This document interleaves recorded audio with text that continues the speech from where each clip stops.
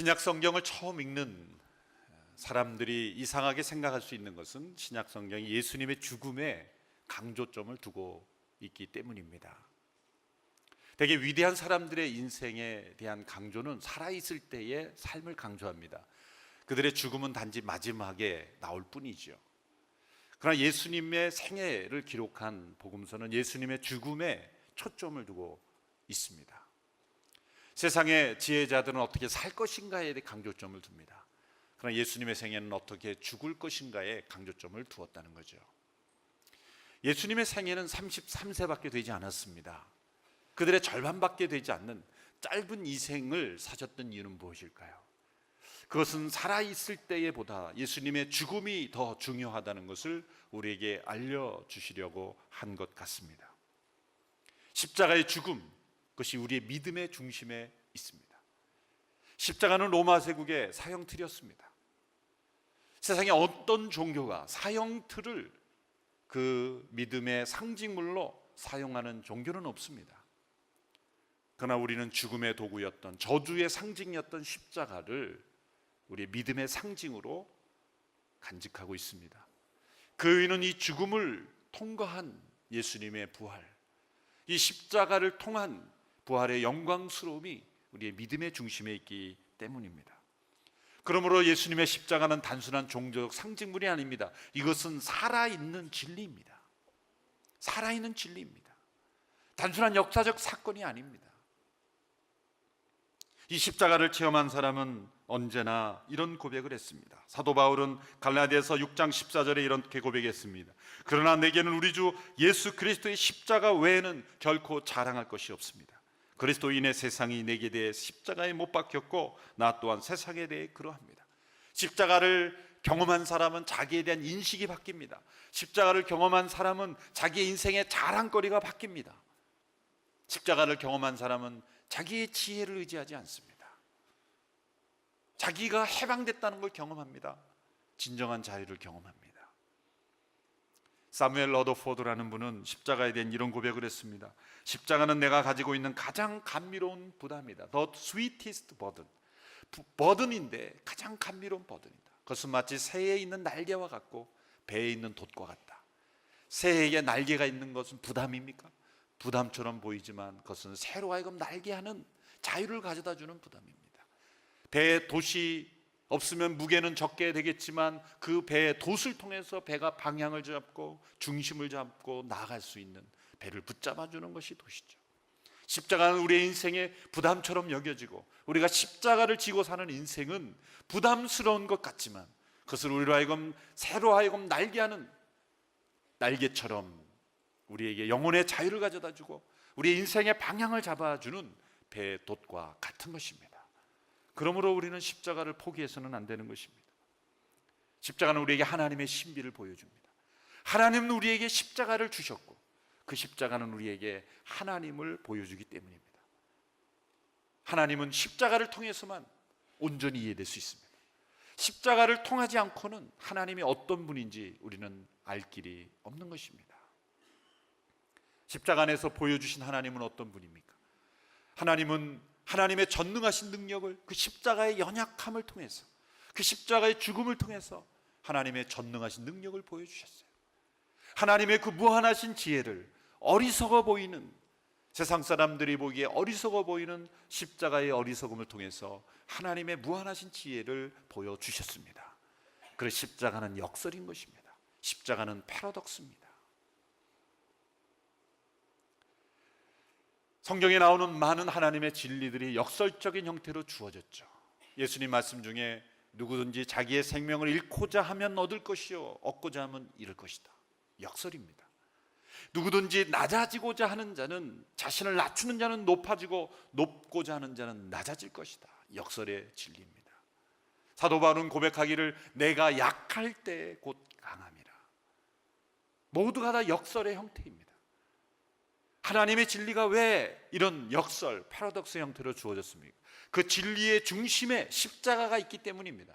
십자가가 역설이고 십자가 패러독스이기 때문에 모든 신앙의 진리들은 다 우리가 세상의 관점과는 거꾸로 봐야만 역설의 진리로 우리에게 주어진 것이죠.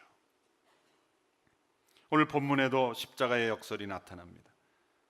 본문의 내용은 예수님께서 빌라도에 의해서 사형을 언도당하고 십자가에 못 박히셔서 유대 지도자들과 로마 군병들과 그리고 십자가형을 구경하는 지나가는 사람들에 의해서 조롱받고 모욕당하시고 숨을 거두시는 그런 장면입니다. 예수님의 고난의 절정에 대한 기록이죠. 그런데 이 복음서 기자들은 예수님께 십자가에 못 박혀 죽어가시는 그 마지막 몇 시간 동안에도 예수님을 향하여 끊임없는 모욕과 조롱이 가해졌다는 것을 기록하고 있는 것입니다. 아무리 중한 죄를 범한 죄인일지라도 마지막 죽어가는 그의 인생, 살아있을 때 그가 아무리 심한 죄로 무수하게 많은 사람을 피해를 주고 이제 사형을 집행당한 중죄인이라 할지라도 그의 최후의 몇 시간 동안 그의 인생의 마지막 죽음을 앞둔 시간은 엄숙하게 보내는 것이 인륜입니다. 사형을 앞둔 사형수에게 몇 시간 동안 교도관들이 모욕을 당하고 모욕을 강하고 조롱하는 그런 사람은 없을 것입니다. 그가 비록 사형수일지라도 마지막 몇 시간은 그를 불쌍히 여기고 이렇게밖에 죽을 수밖에 없는 그의 인생에 대한 동정을 하는 것이 마땅한 인륜이 아니겠습니까? 그런데 예수님께서 마지막 가시는 그 여정, 십자가에 못 박혀 계시는 그 마지막 순간에도 조롱은 끝나지 않고 계속 이어졌다는 것.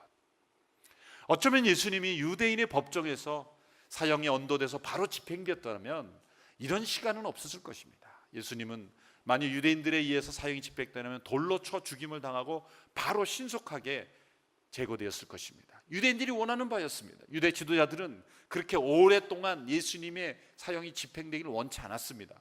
그러나 법적인 능력이 권한이 없기 때문에 로마 법정에 넘긴 것이죠. 만일 예수님의 유대 법정에서의 사형 선고와 집행으로 끝났더라면 이사야 53장에 나오는 메시아의 고난에 대한 예언은 모두가 이루어지지 않았을 것입니다. 예수님이 로마의 법에 의해서 사형을 집행됐기 때문에 모욕당하고 조롱당하고 그런 모든 메시아의 고난의 과정이 모두가 이루어진 것입니다. 이것 또한 역설입니다. 이사야 53장에 예언이 이렇게 되어 있습니다. 이사야 53장 5절 개역 번역으로 제가 읽어보겠습니다. 그가 찔림은 우리의 허물을 인하며 그가 상함은 우리의 죄악을 인함이라. 그가 징계를 받음으로 우리가 평안을 누리고 그가 채찍에 맞음으로 우리가 나음을 입었도다. 그의 찔림, 상함, 징계받은 그리고 채찍에 맞음, 모든 예언이 로마 제국에 의한 사형 집행을 통해서 그들의 잔인하고 그리고 포악한 조롱과 모욕 때문에 예언서에 나타난 모든 메시아에 대한 고난의 예언이 다 이루어진 것입니다. 얼마나 놀랍습니까?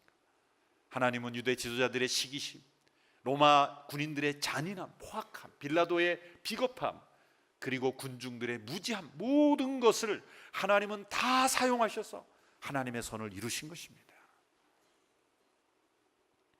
특별히 오늘 본문이 드러내는 것은 이들이 무지함 가운데, 잔인함 가운데 마지막 죽어가시는 그 예수님을 끝까지 조롱하고 모욕하는데 그들의 내 입으로 내뱉는 그 어리석은 말들을 통해서 예수님이 누구이신가, 예수님의 정체, 예수님이 왜 이 땅에 오셨는가, 예수님이 어떤 분이신가가 밝히 드러난다는 거예요. 그것이 역설이라는 겁니다. 그 십자가의 패러독스입니다. 그들은 알지 못하고 하는 말입니다. 조롱하려고 하는 말입니다. 모욕을 주려고 하는 말입니다. 그런데 아이러니컬하게 그들이 무지한 속에 죄로 인해서 내뱉은 그 말들이 다 예수님에 대한 진리를 증거하고 있다는 거예요. 이것이 바로 하나님의 능력입니다. 이것이 십자가의 역설입니다. 오늘 본문에 나타난 십자가의 첫 번째 역설은 그들은 예수님을 유대인의 왕이라고 조롱했습니다. 그런데 예수님은 실제로 왕이셨다는 거죠. 오늘 본문 26절의 말씀을 보십시오. 함께 읽겠습니다. 시작.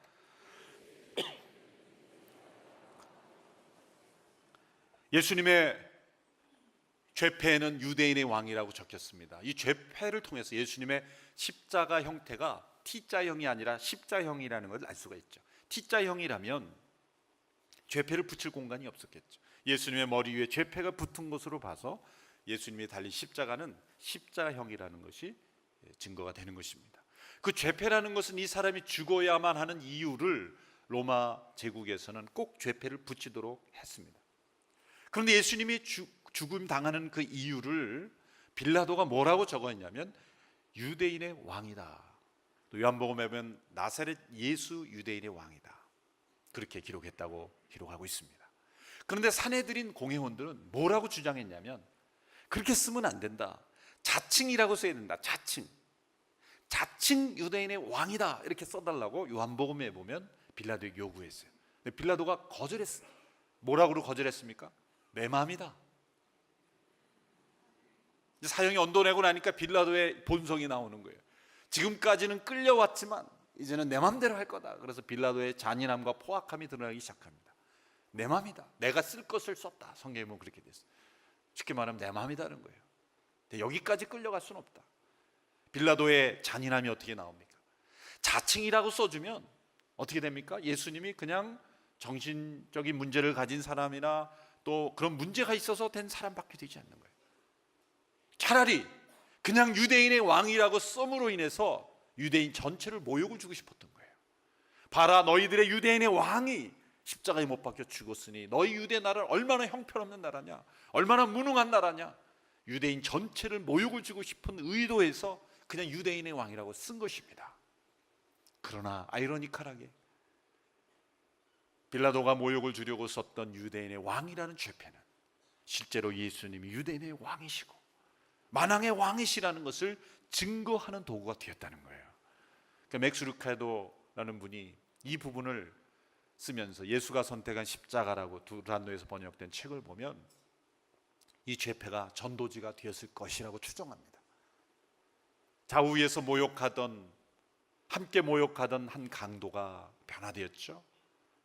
내일 저녁에 왜 이 강도가 처음에는 함께 모욕하다가 나중에 당신의 나라 임하실 때 나를 기억하소서 라고 예수님께 구원을 간청했는지 그 이유가 내일 저녁에 오시면 알 수 있습니다. 근데 맥스 루케도는 추정인데 그 죄패가 전도지가 되었을 것이다. 이 죄패는 히브리어, 헬라어, 로마어 세 개 언어로 기록이 되어 있어요. 모든 사람들이 지나가면서 볼 수 있도록. 많은 사람들에게 이 죄패는 전도지와 같았을 것이다. 전도지와 같았을 것이다.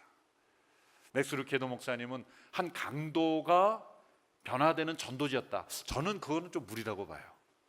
그거는 무리. 왜냐하면 이 옆에 있는데 읽을 수가 없었을 거기 때문에. 그 변화된 원인은 따로 있으면 내일 저녁에 오시면 알 수 있습니다. 근데 그러나 그 지나가는 모든 사람들에게 저는 전도지가 되었을 것이다라고 하는 것은 동의합니다. 이 십자가의 역설, 조롱을 주려고 더 큰 모욕을 주려고 자칭이라는 단어를 빼므로써 오히려 예수님이 진정한 왕이시라는 그러한 증거가 나타났다는 것이죠. 두 번째 역설입니다. 두 번째 패러독스는 29절에 32절에 보면 니들이 조롱합니다. 그 조롱의 내용은 뭡니까? 다른 사람을 구원한다고 하는 이가 자신을 구원할 수 없느냐, 이게 조롱의 내용이죠. 오늘 본문 29절로서 32절의 말씀을 우리 같이 읽어보겠습니다. 같이 읽습니다. 시작. 사람들이 고개를 흔들며 욕설을 퍼부었습니다. 아하, 성전을 헐고 3일 만에 짓겠다던 사람아, 십자가에서 내려와 내 자신이나 구원해 보아라. 대제사장들도 율법학자들과 함께 예수를 조롱하며 자기들끼리 말했습니다. 남을 구원한다더니 정작 자기 자신은 구원하지 못하는군. 그리스도 이스라엘 왕아, 십자가에서 내려와 보아라. 우리가 보고 믿도록 해보아라. 함께 십자가에 매달린 두 사람도 예수를 모욕했습니다. 유대 종교 지도자들은 조롱했습니다. 자신을 십자가에서 내려와서 구원해 보라. 또 지나가던 사람들도 자신을 한번 구원해 보아라. 심지어는 함께 못 박힌 죄수들도 자신을 구원해 보아라 모욕하며 조롱했다는 거예요. 이 두 사람은 정말 십자가에 못 박혀 죽어 마땅한 사람들이죠. 회개는커녕 자기 자신의 삶을 돌아보긴커녕 그 조롱과 모욕에 동참했다는 거 보면 얼마나 죽어마땅한 사람이에요. 그런데 이들의 조롱의 내용은 뭡니까? 남은 구원한다고 하던데 왜 자신은 구원하지 못하느냐라고 그들은 조롱했어요. 그런데 그분이 메시아였던 것은, 예수님이 그리스도였던 이유는 남은 구원하기 위하여 자신은 구원하지 않았기 때문입니다. 예수님이 만일 자신을 구원했다라면 예수님은 메시아가 되실 수 없습니다. 그들의 말 그대로 남은 구원하지만 자신은 구원하지 않는 분이 바로 예수 그리스도이신 겁니다. 그것이 바로 십자가의 의미인 것입니다. 사람들은 자신을 구원하는 메시아를 기대하였습니다. 그러나 예수님은 자신을 버림으로써, 자신을 구원하지 않음으로써 다른 사람을 구원하는 메시아였던 것입니다. 예수님이 체포당하실 때 겟세마네 기도를 마치신 이후에 사람들이 예수님을 잡으러 갈 때 베드로가 칼을 휘둘렀죠. 예수님이 그때 이런 말씀하셨습니다. 내가 아버지께구와 12영이나 되는 더 천사를 요청할 수 없는 줄 아느냐? 내가 만약 이렇게 하면 이런 일이 있으리라고 한 성경이 어떻게 이루어질 것이냐? 예수님은 능력이 없어서 자신을 구원하지 않은 것이 아닙니다. 자신을 능력이 없어서 방어하지 않은 것이 아닙니다. 자신을 구원하지 않아야만 남을 구원하는 메시아가 될 수 있기 때문에 자신을 구원하지 않은 것입니다. 이들이 말한 그대로가 사실이었던 것입니다. 십자가의 역설입니다. 메시아의 능력은 십자가에서 내려와 자신을 구원하는 능력이 아니라 불의하는 십자가를 참고 인내하는 능력이 바로 메시아의 능력이었던 것입니다. 여러분이 만일 그러한 억울한 상황에 처해 있다면 우리는 자신의 옳음을 증명하려고 우리는 노력할 거예요. 내가 의롭다는 것을 보여주고 싶어 할 것입니다. 나의 능력을 발휘해 보고 싶을 것입니다. 내가 만일 그런 억울한 상황 속에 십자가에 고난받는다면 이렇게 말할지 몰라요. 내려오려면 내가 못 내려갈 것 같아. 내가 내려가 주지. 우리는 그렇게 생각하지 않습니까? 예수님만 십자가에 못 박혀 계시는데 너 자신을 구원해보라. 내가 만일 메시아면 내려와보라. 내려와보라 할 때 예수님이 갑자기 내려오셔서 내가 참다 하니 도저히 못 참겠다. 그 박히셨던 못이 튀어나오면서 내려오셔 십자가를 뽑아 드시고 휘두르셨다면 능력이죠. 못 박혔던 연약함이 아니라 능력이죠. 그러나 그렇게 능력을 보이셨다면 우리의 구원은 없는 것입니다. 예수님은 메시아가 되실 수 없었던 것입니다. 남은 구원한다더니 자신은 구원하지 못하는구나. 그 말 그대로 예수님은 자신을 구원하지 않으심으로 남을 구원하는 메시아가 되었던 것입니다. 예수님은 십자가 위에서 죽어가고 계셨지만 그분은 성전을 다시 짓고 계셨던 것입니다. 자신은 구원하지 않고 있었지만 모든 이들이 하나님이 거하시는 성전이 되도록 만드는 구원을 이루고 계셨던 것입니다. 이거 십자가의 역설입니다. 그들의 조롱의 언어를 통해 나타난 역설. 세 번째는 하나님께 버림받았다고 절규했던 예수님은 오히려 그 순간 하나님을 진정 신뢰하고 믿고 계셨다는 거예요. 오늘 본문 33절 34절의 말씀을 같이 읽겠습니다. 시작. 낮 12시가 되자 온 땅에 어둠이 뒤덮이더니 오후 3시까지 계속됐습니다. 오후 3시가 되자 예수께서 큰 소리로 부르짖으셨습니다. 엘리 엘리 라마 사박다니. 이 말은 내 하나님 어째서 나를 버리셨습니까? 라는 뜻입니까? 이 세 번째 역설은 우리가 이해하기 어려운 하나님을 보여주고 있습니다. 예수님의 그 하나님의 아들이시 십자가에 못 박혀 죽었을 때 내 하나님 어찌하여 나를 버리시나이까? 엘리 엘리 라마 사박단이라고 부르짖을 때 하나님은 그 예수님의 기도에 응답하지 않은 것처럼 보입니다. 마틴 루터는 이걸 가리켜 십자가에 감추이시고 숨으신 하나님이라고 말합니다. 이 예수님의 부르짖음 오해를 불러일으키죠. 지금까지 예수님이 하나님께 순종하며 왔는데 이제 와서 저를 버리십니까? 라고 부르짖는 것 같습니다. 이런 고통이 있을 줄 몰랐다가 어찌하여 나를 버립니까? 라고 절규하며 따지는 것처럼 보입니다. 결코 그런 뜻이 아니죠. 예수님이 이미 십자가를 하셨고 십자가를 준비하고 있었고 십자가를 향해 나아오셨기 때문입니다. 예수님은 잠시 동안 하나님께 버림을 받으셨습니다. 그러나 놀라운 것은 그 순간에도 예수님은 하나님을 붙잡고 계셨다는 거예요. 하나님을 버리지 않았다는 것입니다. 하나님을 여전히 믿고 신뢰하고 있었다는 것입니다. 예수님은 하나님께 불평하지 않았습니다. 왜 이런 고통을 내가 당해야만 합니까?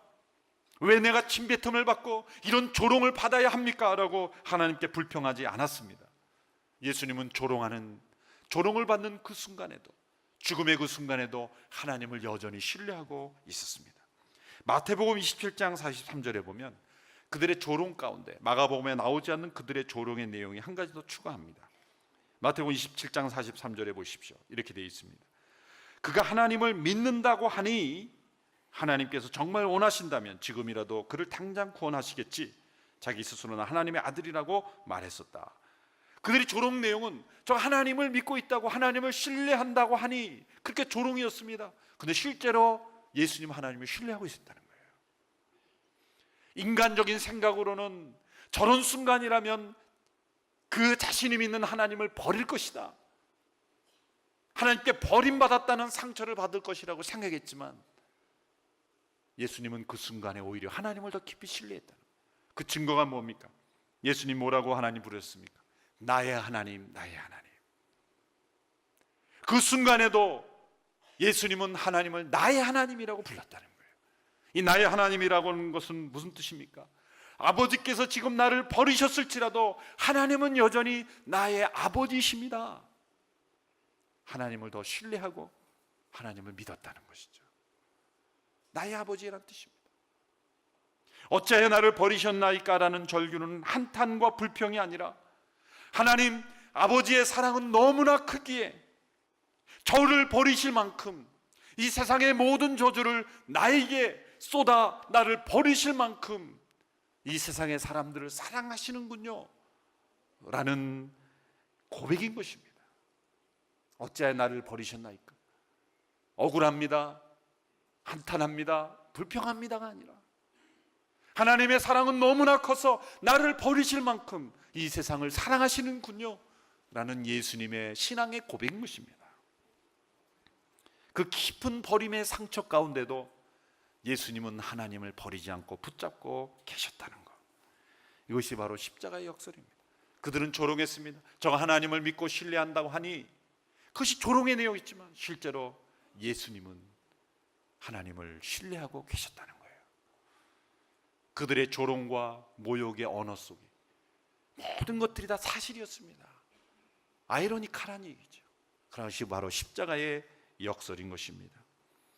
예수님께서 십자가 위에서 고난받으시는 이 모습은 그 사람들의 조롱을 전부 아이러니로 바꿔버린 거예요. 이제 이 십자가는 우리에게 어떠한 삶을 요구하십니까? 예수님 말씀하신 대로 자기 십자가를 지고 나를 따를 것이니라고 말씀하신 그 말씀을 우리에게 적용할 때, 우리도 이 세상을 상환할 때 동일한 역설로 살아갈 것을 요구하시는 것입니다. 우리는 살기 위해서 죽어야 하는 것입니다. 죽지 않기 위해서 우리는 죽어야 하는 것입니다. 우리는 우리 자신을 십자가에 못 박음으로써 우리는 살 수가 있는 것입니다. 십자가의 역설을 붙잡으면 우리는 이 땅에서 진정 살 수 있는 것입니다. 십자가의 역설의 삶을 강조한 갈라디아서 2장 20절의 말씀이 있습니다. 개역 번역으로 우리가 함께 고백하겠습니다. 시작. 내가 그리스도와 함께 십자가에 못 박혔나니 그런즉 이제는 내가 산 것이 아니요 오직 내 안에 그리스도께서 사신 것이라. 이제 내가 육체 가운데 사는 것은 나를 사랑하사 나를 위하여 자기 몸을 버리신 하나님의 아들을 믿는 믿음 안에서 사는 것이라. 십자가의 역설의 삶입니다. 내가 살아있는데 내가 사는 것이 아닙니다. 역설이죠. 패러독스입니다. 왜 내가 살아있는데 내가 사는 것이 아닙니까? 이거 역설이라는 거죠. 세상이 이해할 수 없는 역설, 십자가를 경험하는 사람만이 깨달을 수 있는 역설. 세상 사람들이 누가 이 말씀을 이해할 수 있습니까? 갈라디아서 2장 20절은 신앙생활을 처음 할 때 깨닫는 구절 같이 보이지만 우리가 말씀 암송하고 중심 되신 그리스도에 대해서 공부할 때 암송한 구절이지만, 목회를 하면서 믿음의 생활을 하면서 깨닫는 것은 이것이 전부가 우리 신앙생활의 목표예요. 우리 인생의 마지막 날에 십자가 앞에, 주님 앞에 섰을 때 우리가 고백할 수 있는 고백이 바로 이 고백이 되어야 되는 거예요. 제가 살아왔지만 제가 산 것이 아니라 오직 그리스도께서 내 안에 사신 것입니다.